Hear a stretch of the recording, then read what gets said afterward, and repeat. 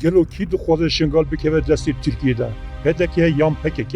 Artêşa Tirkiye amadekariya êrişekê li ser şengalê dike. Rêxistina PKK jî dibêje eger Tirkiye vê êrişî pêk bîne em ê di kurahiya Tirkiye de êrişan bikin. Tê pêşbînîkirin artêşa Tirkiye gefên xwe yên derbara êrişa ser PKK li şengalê bike rastî û li demekê nêz wê êrişê li dijî rêxistina PKK dest pê bike. Di serdana Mustafa Kazimî Serokgozîrê Îraqa Federal ji bo Tirkiyeyê de Tirkiye ev yek eşkere bi Kazimî re gotiye. Hemdem jî re gotiye ku ew bi tu awayê rê nadin şengal bibe qendîla duyemîn. Li gor agahiyên pêgeha Darka Mazî, artêşa Tirkiye bi balafirên keşfê evdema çend rojane taqîba navçeyê bi taybet dewrûbera şengalê dikin. Balafirên keşfa rêya navçeya Mehmûdiyê ji bo şengalê û sunûnê kiriye û ev yek îşareteke zelal e ji bo nêzîkbûna vê êrişê. Ji ber ku ev tevgerên artêşa Tirkiye rasterast paş gefên Erdoganiyên heftiya raborî dest pê kirine dema ragihandî. Em ê şevek ji şevan li şengalê xwe ya bibin. Her kes me baş naz dike û dizane em dikarin vê yekê pêk bînin. Rêxistina PKK ji bo vê êrişî çi dibêje? Gelo rast şengal wê bi derdê Efrînê serê kahnî û girêspî biçe, rêxistina PKK di dîroka xebata xwe ya çekdarî da taybet paş ve gerîna Öcalan ji bo Tirkiye li 15 Şubat'a 1999 rasterast ketiye jêr xizmeta Tirkiye û dev ji armancên xwe yên Netewî û Kurdistana azad berda. Êdî xebata wê ji bo demokratîkkirina Tirkiye û biratiya gelan dest pê kir. Ji vê demê ve ev rêxistin her çî navçeyê tê da cih girtî tir kêşî wê derê kirine. Rojava Kurdistanê mînakeke herî zelal e. Kanê bi tu awayî di navbera çend rojan de Efrîn pişra serê Kaniyê û girê spîdane destê Tirkiye. Li derbara êreşa çaverekirî ya Tirkiye Komîta Têkiliyên Rêxistina PKK dibêje eger ew êrîş pêk hat PKK wê bersiva Erdogan li nava Tirkiye bide. Rêxistina PKK her tim gelê Kurd bi vê yekê dixapîne û tevgera wê li dijî Tirkiyeyê. Lêbelê piştî ku di şerê xendekan de sala 2015 Bakurê Kurdistanê wêran kirî, piştre Rojava Kurdistanê radest kirî, ew hatiye Başûrê Kurdistanê û bi hemû hêza xwe li dijî rêveberî û statuya Başûrê Kurdistanê derketiye. Êrişên dawiya sala raborî yên ser pêşmergeyên Kurdistanê teqandina boriya petrolê û terorkirina berpirsên ewlehiya Herêma Başûr mînakên herî zîndîne ji bo vê dijatiya PKK.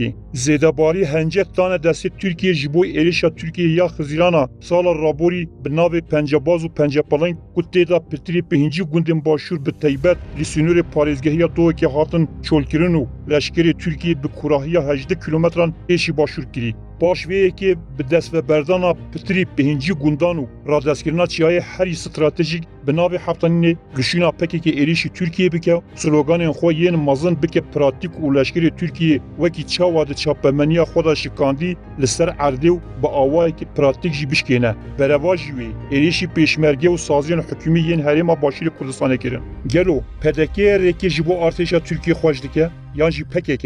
Hikûmeta Başûrê Kurdistanê ji ber her du armancên serekê li derbara şengalê peymanekê bi hikûmeta Bexdayê re îmza kir. Armanc evin. Xala yekem, avadankirina şengalê û vegerîna awareyên êzdî ku hêjan di kampan de jiyaneke pir bêêj derbas dikin. Xala duyemîn, derketina çekdarên PKK jî şengalê ji bo ku çi hêncet ji bo artêşa Tirkiye nemîne êrişî şengalê bike. Lêbelê ji ber ku ev peyman ne di berjewandiya PKK de rêxistin bi hemû hêza xwe li dijî peymanê derket. Medya xwe bi awayekî qirêj li dijî hikûmeta Başûr elektar kir. Êzdiyên şengalê xapandin. Ew tenê bo dema 24 salan şengalê derketin û pişra cilên hecda şeعبî li xwe kirin û vegerîn baregihên xwe. Ya rast mabesta PKK ji dijatiya peymana şengalê bi vê wat heyetî.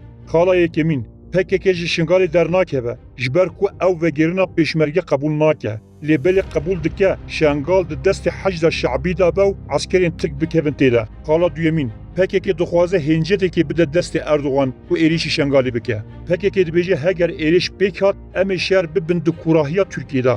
Lêbelê herkes dizane ev direweke bişaxe. Ji ber ku wexta Erdogan gefa êrişa ser Efrînê kirî, Murat Karayılan yek ji rêveberiyên PKK got. Ger Tirkiye êrişê bike, em ê bajêrên Tirkiye bişewitînin. Em ê şer bibin nava metropolên Tirkiye'de.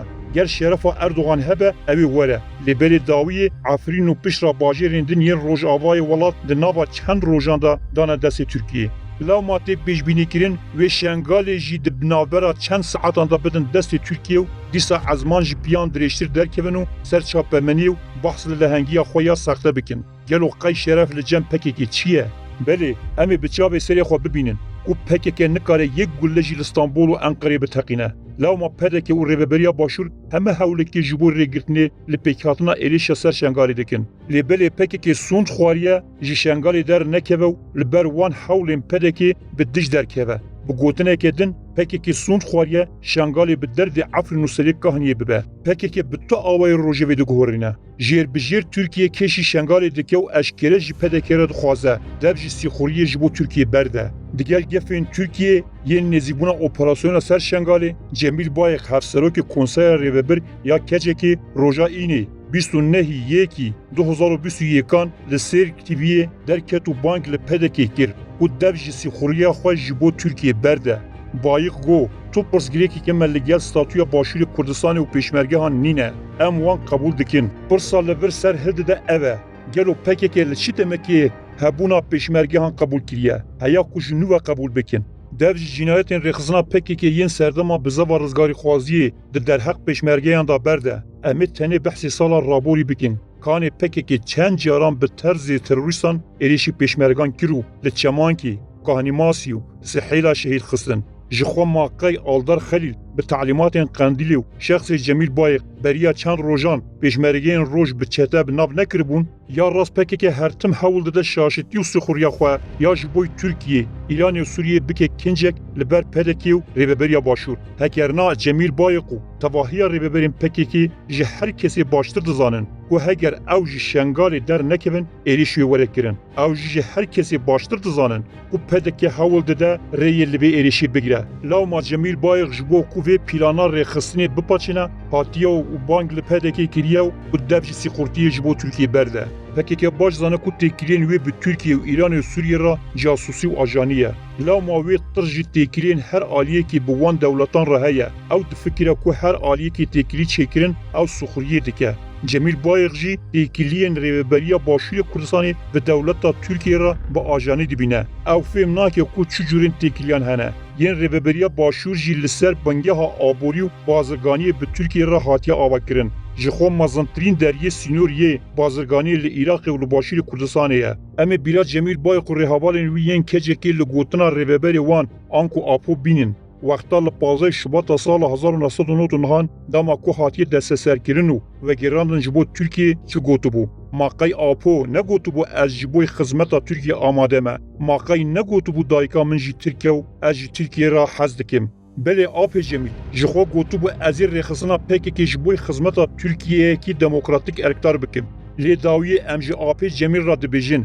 Ew kincê geniyê Apo bi navê Biratiya Gelan li ber xwe û hemû grupa Enqerê kirî, ew kincên ku têda Kurd wekî koleyên ser dema Roma kevin tên dîtin nikarin li ber partiyekê wekî PKK bikin. Gel êdî hişyar ew. Dizane Biratiya Gelan jî ji bo Kurdan ji bilî koletiyê tut tiştekî din li pey xwe naîne.